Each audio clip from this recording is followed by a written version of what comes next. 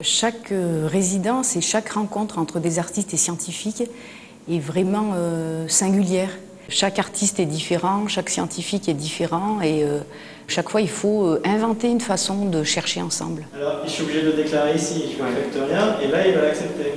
Le plus dur, c'est de communiquer parce que les scientifiques ont un jargon bien spécifique et quand ils parlent, au début on ne comprenait rien, c'était un peu... J'avais envie d'enregistrer ces conversations parce que, pour faire écouter à mes collègues qui, eux, n'ont pas trop suivi le projet, parce que c'est quelque chose que j'ai fait un peu tout seul, pour leur faire voir les gens que je rencontrais, parce que c'est un autre monde. Moi, je viens du milieu indépendant, musique indépendante, je ne suis pas habitué à côtoyer des scientifiques, des gens dont le métier est très spécialisé, très pointu. En fait, le circuit électronique qui permet de lire l'information est situé dans ce petit bout de circuit. Il a fallu donc bobiner une antenne sur le bocal et adapter le tag pour qu'il soit conforme à la norme 1356 MHz, donc qui est la norme RFID.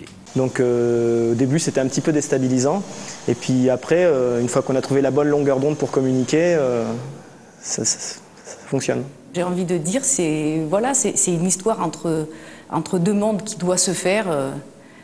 C'est comme une histoire de couple, ça met longtemps à se trouver et puis il y a des moments qui sont absolument magiques. On a eu l'idée de pouvoir donc équiper le bord des bocaux pour pouvoir les annuler plus facilement et être sûr de pouvoir jouer les notes comme il nous voulait, quoi. En fait, on essaie d'adapter son besoin avec une autre solution technique et répondre à son cahier des charges.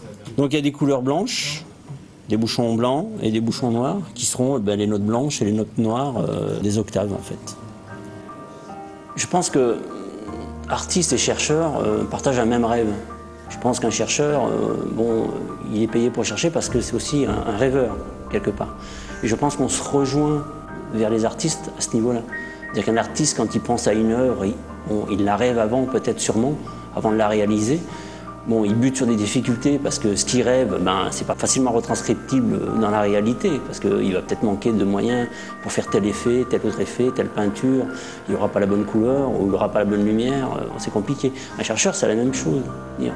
Il est en passe de buter sur des choses parce que il pense à quelque chose, mais la technologie n'est pas là, il n'a pas les moyens d'avancer comme il voudrait dans telle solution. Et en fait, c'est un long processus donc, pour arriver à une solution qui fonctionne.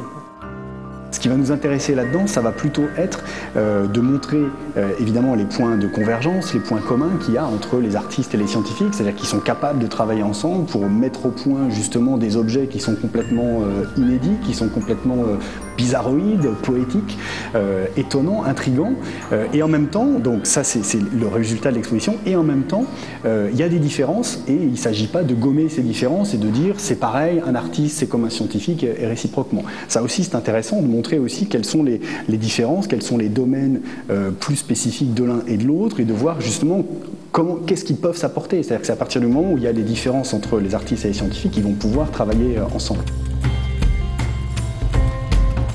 C'est pas des multiplexeurs ça? Il y a une chance sur des multiplexeurs ça. Il faut regarder. Dans ce cas-là, si c'est des multiplexeurs... Et il faut pas beaucoup d'entrée dans la carte, donc il doit... Je sais pas comment il s'est multiplié. Quand je vois tout ce qu'il y a là.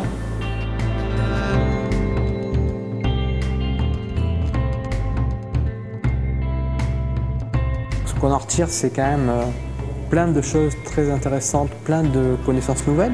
C'est un peu, nous, ce qui nous a fait choisir tel ou tel interactif, c'est de dépasser un petit peu la frontière de nos connaissances pour apprendre des choses nouvelles. Sinon, ça ne présente pas vraiment d'intérêt si on refait ce qu'on a déjà fait la semaine dernière. Cette collaboration, ce qu'elle peut apporter, c'est une autre utilisation de ce qu'on peut, nous, faire de la technologie. On est formaté avec des méthodes de travail qui sont des méthodes apprises dans des écoles, etc. Et on s'aperçoit que sortir de ces méthodes de travail, c'est pas si facile que ça en a l'air. Il faut vraiment beaucoup d'imagination, il faut une certaine liberté d'esprit, etc. Les artistes ont une vision tout à fait différente donc, des possibilités qu'on n'a peut-être pas pensé, nous, à exploiter.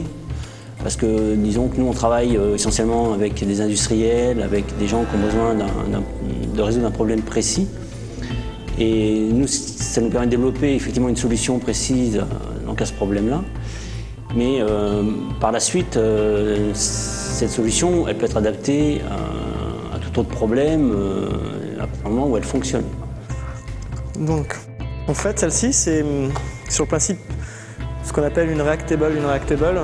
Donc, au terme anglais, c'est une table qui réagit à des événements, notamment ce type d'événement, ça s'appelle un fiducial.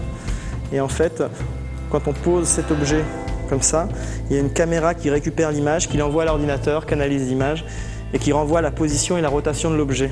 Donc avec ce principe-là, et avec une animation, je vais lancer le tout. Toutes ces manières de mettre en œuvre la technologie, c'est des idées que nous on n'a pas parce qu'on a vraiment une culture d'ingénieur. Et par contre un artiste avec sa créativité, avec son imagination, en plus un artiste comme Yann qui va confronter ces technologies à des objets qui sont vraiment issus de notre passé, de notre culture, ça permet de proposer des utilisations que le grand public fera un jour, de la capture de mouvement, des étiquettes RFID ou des systèmes sans contact avec antenne, capacitif, etc.